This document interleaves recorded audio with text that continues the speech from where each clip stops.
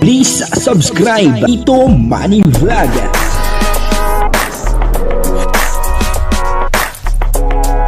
Payagan po si Tito Manny Vlog na mag-reactor para pambiling gamot sa kanya pong karamdaman. Wala man siyang records ng ng awayan. Yun po, bukod po pala kay Kalingap Dan ay meron pang isang lalaki na malapit din kay Joy Diwata. Alamin po natin kung sino ito.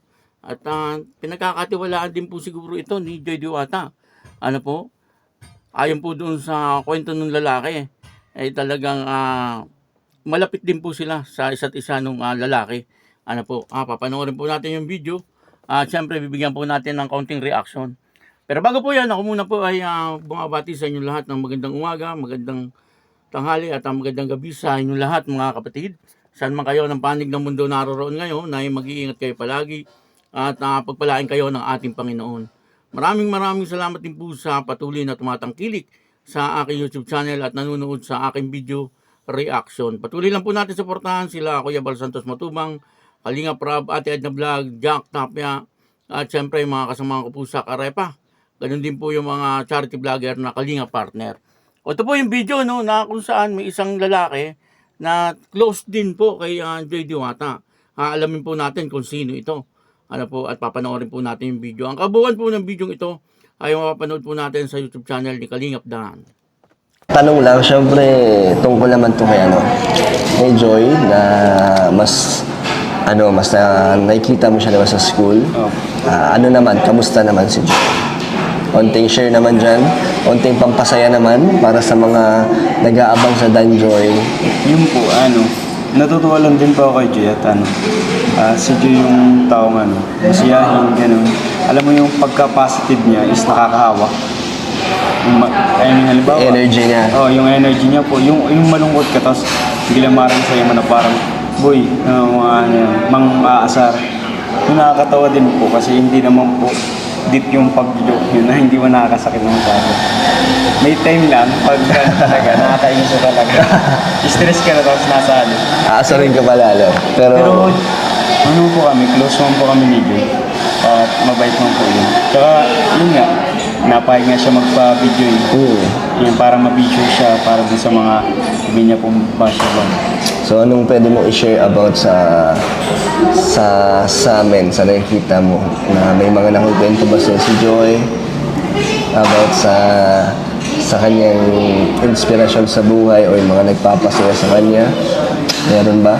Oo daw. Ha? Oo daw, meron daw. Ano sabi niya?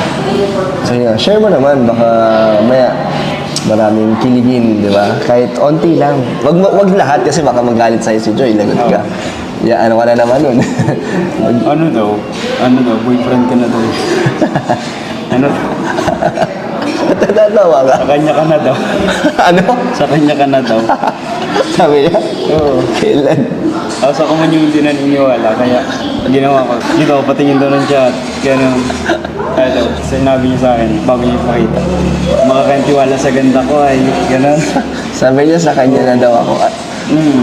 Kaya tinignan namin. Tapos nabasa ko nga, sabi mo din ang ganda ng girlfriend ko. Ang gailang yan, sabi ko. Seryoso man gano'n. Wala akong bilib. Naga kasi siyang tawa. Pag naga siyang kwento, naga siyang tawa. Hindi mo alam kung seryoso. Oo. Baga lang. Pero masaya ka naman para sa kanya. Masaya sa mga blessings na dumadating kay Joy. Siyempre. Kasi nadamay nga ako, kaya salamat sa mga supporters ng Dandy. Talaga? Kapag binigyan ako ng 5K. Ay, oo. Maraming tulong po. Nabayad ko yun sa first semester. Nice. Grabe ang bulong ni Patrick. Grabe. So, yung inabot ko sa'yo, Patrick, malaking tulong na rin yan para sa'yo. Malaking tulong po. So, Pambayad tuition po, saka pamasahe.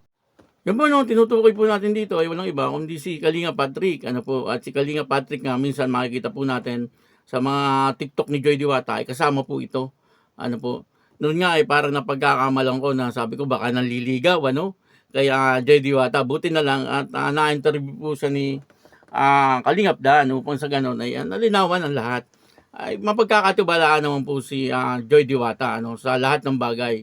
Siyempre yung mga hindi po nakakaalam may medyo maglalaro yung kanilang isipan. Buti na lang dito po sa interview ni Kalingap Dan ay sinabi po ni Kalingap Patrick na close nga daw po sila ni Joy Diwata. At katunayan po niyan, si Kalingap Dan at si Joy Diwata nung maging mag-on na ay talagang ipinaalam niya po kay Patrick. Ano po, at sabi nga ni Kalingap Patrick ay hindi nga po siya naniniwala, ano? At pinakita po ni Joy Diwata yung chat ni Kalingap Dan. Ibig sabihin ay nagtitiwala po si Joy Diwata dito kay Kalingap Patrick kasi hindi naman po magpapakita ng isang conversation kasi mula sa yung boyfriend.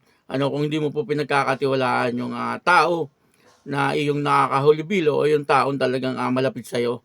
Ano, at nakikita ko naman po na napakabait naman po ni Kalingap Patrick, ano, talagang mapagkakatiwalaan din, ano. Ito po ay 20 years old si Kalingap Patrick at siya nga po ay talagang nagsisikap, ano po, sa kanyang pag-aaral upang sa ganun ay umasenso yung kanyang buhay. Ano po, medyo pagka punyuntahan nyo yung YouTube channel ni Kalingap Dan, doon po ay malalaman nyo, ano, na talagang medyo mahirap ang buhay ni Kalingap Patrick, pero lumalaban po siya.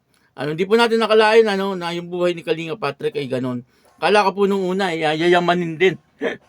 Mukha kasing mayaman no, si Kalingap Patrick, ano. Kaya yung pamumuhay ng isang tao ay hindi mo po makikita sa panlabas na kaanyuan.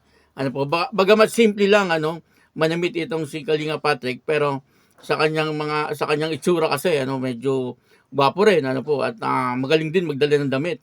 Kasi model nga po ito pala, no. Sabi niya po yung ang extra income niya daw po ay yung pagmumodelo. At ang isa pa po rito ay siya ay nakikitira lang, ano po, ng bahay doon sa bahay ng kanyang kaibigan. At sinabihan nga po siya nung magulang ng kanyang kaibigan na doon muna tumira sa kanila. Ano po, habang wala pa po siyang natitirahan. At hindi daw po siya pinipressure nung kanyang tinitirahan. Ibig sabihin ay talagang napakabait, ano po, nung kanyang tinitirahan. Ito daw po ay kasamahan din niya sa church. Ano po, at kung ituring daw po siya ay parang isang tunay na anak na rin. Ano po, dito po ay makikita po natin na talagang mabait si Kalingap Patrick, ano. Kasi kung hindi po yan mabait, ay hindi po yung pagkakatiwalaan, ano, na patuloyin sa isang bahay na kasakasama, ano po, yung anak ng may-ari ng bahay. At minsan nga daw po binibigyan pa siya ng allowance, ano po, nung nung nagpatira sa kanya, pero hindi na po niya tinatanggap kasi nga daw ay sobra-sobra na po yung naitulong sa kanya. Ibig sabihin, ano, doon po sa narinig kong iyon kay Kalingap Patrick na hindi niya po tinatanggap yung pera na binibigay sa kanya nung magulang ng kanyang kaibigan na tinitirahan niya, ay hindi po siya abusadong tao. Ano po, talagang mapagkakatiwalaan po siya. At tungkol po kay Joy Diwata at saka kay Kalingap Patrick, ay malapit na magkaibigan po maaari itong dalawang ito, ano. Kumbaga ay close po sila. Sabi nga po ni Kalingap Patrick, ayon po dun sa kanyang kwento, talagang mapang-asar din pa.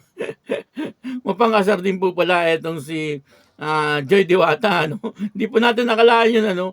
May ugali po palang ganun itong si Joy Diwata na talagang kahit na daw po minsan may problema po siya, ay aasarin daw po siya, no.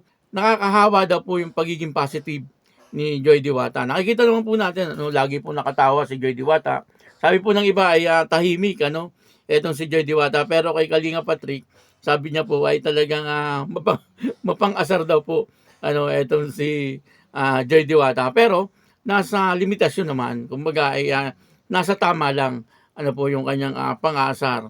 At malaking tulong daw po sa kanya itong si Joy Diwata. Patunayan niya po niyan yung mga ibang sponsor ng Dan Joy. Binigyan po yata siya ng pantuition, ano, na halagang 5,000. Ano po. Kaya nakakatuwa, ano, na meron pa lang kaibigan or best friend or ka-close na lalaki etong si Joy Diwata. Natural lang po yun. Ano, na magkaroon po siya ng kaibigan na talagang mapagkakatiwalaan niya. Siyempre, kapag wala po si Kalingap Dan, ano, sa eskwelahan, ay may bantay na po etong si Kalingap Dan. pwede niyang tanong-tanungin etong si Kalingap Patrick, ano, tungkol kay Joy Diwata, kagaya po nung ginawa niya sa kanyang pagbablog, ano po. Kaya yun, ano, dito po ay nakikita po natin, ano, na napakabait naman ni Kalingap Patrick. At pwede po siya na maging kaibigan ni Joy Diwata, ano. Kasi noon medyo naglaro din ng isip ko baka nanliligaw kay Joy Diwata, ano. Pero hindi po, ano, sila po ay talagang matalik na magkaibigan, ano po. Ayun, maraming salamat po sa inyo lahat. At ako po si Tito Manny Vlog na nagsasabing God bless you all. Diyos mabalos.